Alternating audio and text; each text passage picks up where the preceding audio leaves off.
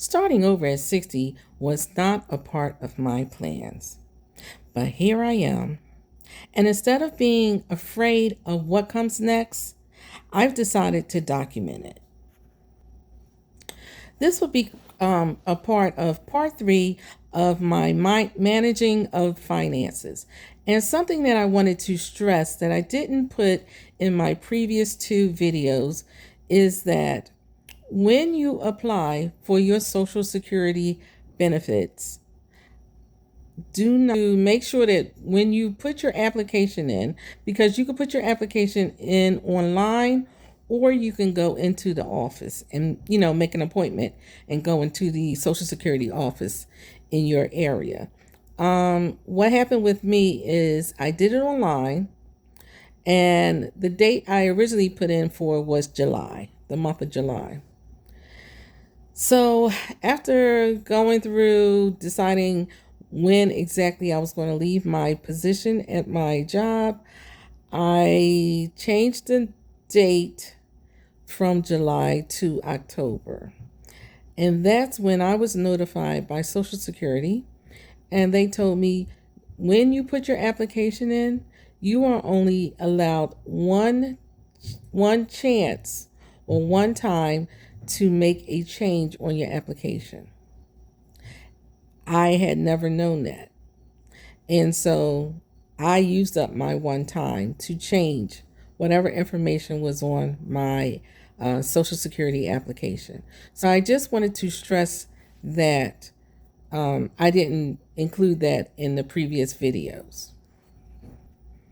So the other part that we're going to add to managing your finances as a senior is you have to set up, or you don't have to, but it is suggested that you set up an estate planning portfolio.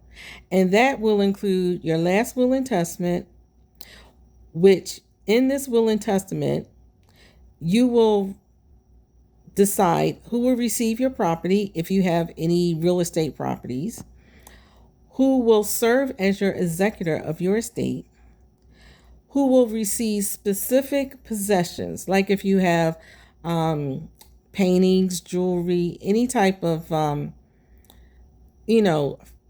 things that you want to give away, and who will receive the remainder of your estate.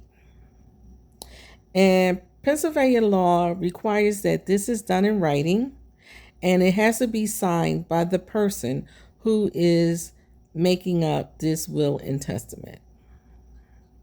The second thing that's is suggested to do is a durable power of attorney for your finances. And this allows a trusted person financial matters if you become unable to do so. Pennsylvania has specific legal requirements for executing a power of attorney.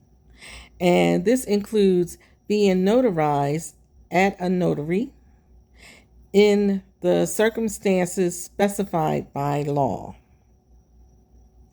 Another document that you want to try to look into is your healthcare power of attorney. This lets you name someone close to you to make healthcare decisions in case you are unable to communicate your wishes.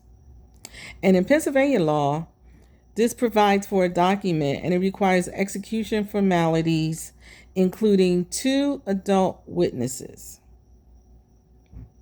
In my particular case, I have 3 sons, so all 3 of my sons, if they are still living, will be involved in making or executing my wishes at that point in time. Another document that will be a part of your portfolio is a living will or advanced healthcare directive. This records your wishes about medical treatments and end-of-life care. Pennsylvania law even provides an example of a combined durable healthcare power of attorney and living will. And a lot of these documents, you can find blank documents online, and just go through Google and you will be able to find the documents for your state. So your personal estate information sheet, this is not a legal document, but it will have a list of all of your holdings and things that you have in your name that you want to make sure that the right people taking care of your financial affairs, once you become ill or at that end stage of life, have access to. And that will be a list of your bank accounts, your retirement accounts, life insurance policies, social security information, pension information, real estate information, any vehicles information, important debts, important contacts, and a location of your original will and other documents.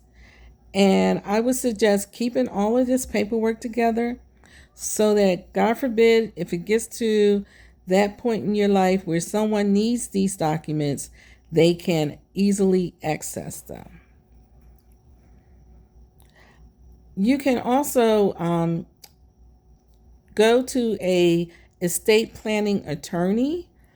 I cannot say what the fee will be, but you can also, like I said, go through Google, try to find one within your budget. A lot of times,